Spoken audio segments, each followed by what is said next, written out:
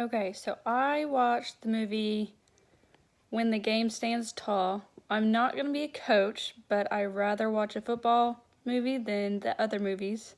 So I picked that movie, and I've never seen it before, but it's a really good movie. Um, there were more than three good things that he did as a coach or as a teacher. But he was always encouraging, and he always had positivity in the good and the bad. No matter what happened to his players or no matter what happened, he was always positive. At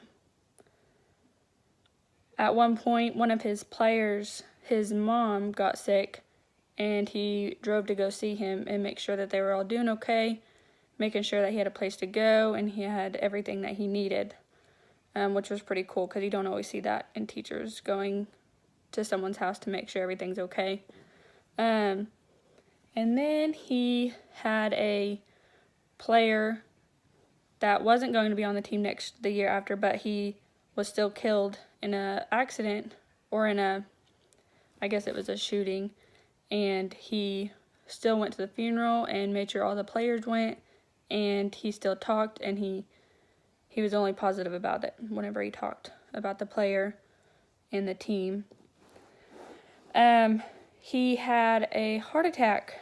The coach ended up having a heart attack during right before the season started. He had a heart attack, and all the players were really negative. At least his son was really negative, and he was still positive because he knew he wasn't going to get to coach the time he wanted to coach, and he still stayed positive through it all, making sure that the players were doing what they were supposed to do. He still went and watched them. He still went and talked to his son. He still tried to spend time with his son, but the players were pretty negative about it, but he still stayed positive. So through his players' parents getting sick, through a player getting killed, through him having a heart attack and not getting to coach, he was still positive, and that's pretty hard to stay positive and not have anything bad to say or question God why. He never once did that, and that's what he teaches. He teaches a religious class at the school that he coaches for, and he's always positive no matter what people said. He had a couple players in the classroom that were saying that there is no God because all these bad things are happening to him. So where is God if all these bad things are happening? And he still had an answer for him, a positive answer, and it's amazing to see a coach or / teacher to be positive and not ever give up on a person. The only bad I really saw, he never was a bad, I don't think he ever was a bad coach or a bad teacher. The one part is that his wife complained a lot about how he's never home enough, or that he just doesn't spend enough time with his kids, or the wife never got enough time with him. So that was pretty upsetting for her, is that she was just wanting more time with him. And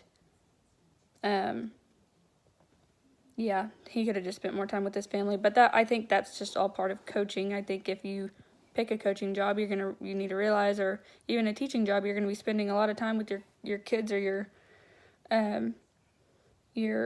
players. So that's kind of goes with it. And I don't think it was all his fault.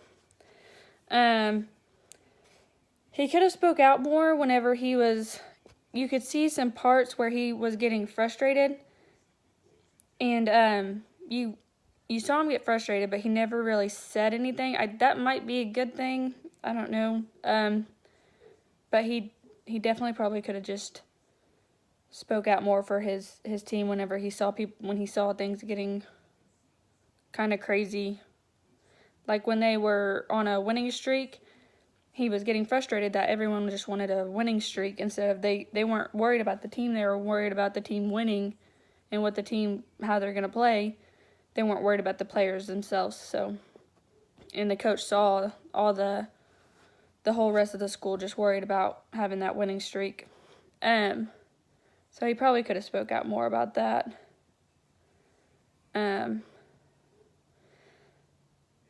The ending was a really awesome ending, actually. There was a player who his dad was trying to get him to get the record of so many touchdowns, and he said he told his dad he wasn't worried about the record, and his dad said, "You're going to get the record or you won't live with me." So he was planning on going and getting the record of so many touchdowns, and that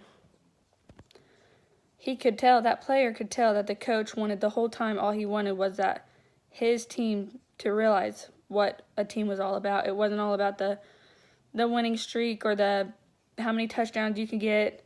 It wasn't about the record, it was about the team, and that's all the coach was really trying to teach the whole time. And how you need to believe in God and put your faith in God, that it's all going to work out in His way, and not just that one player.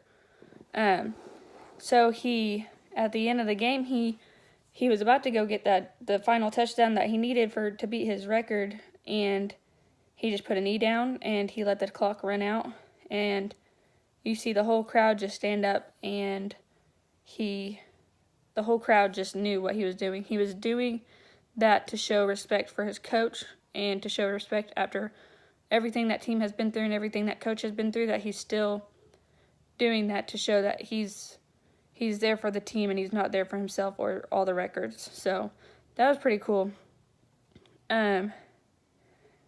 Yeah.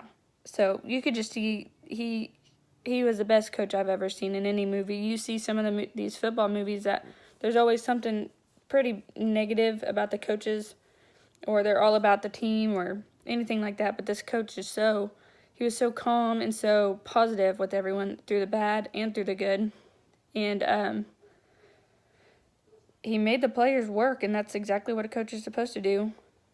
And overall, it was probably one of the best movies I've ever seen. It teaches you a lot about keeping your faith strong and doing things for the right reason. So overall, there was a lot more good than there was bad. Couldn't really find bad, so that was the only bad part. Anyways, good movie though.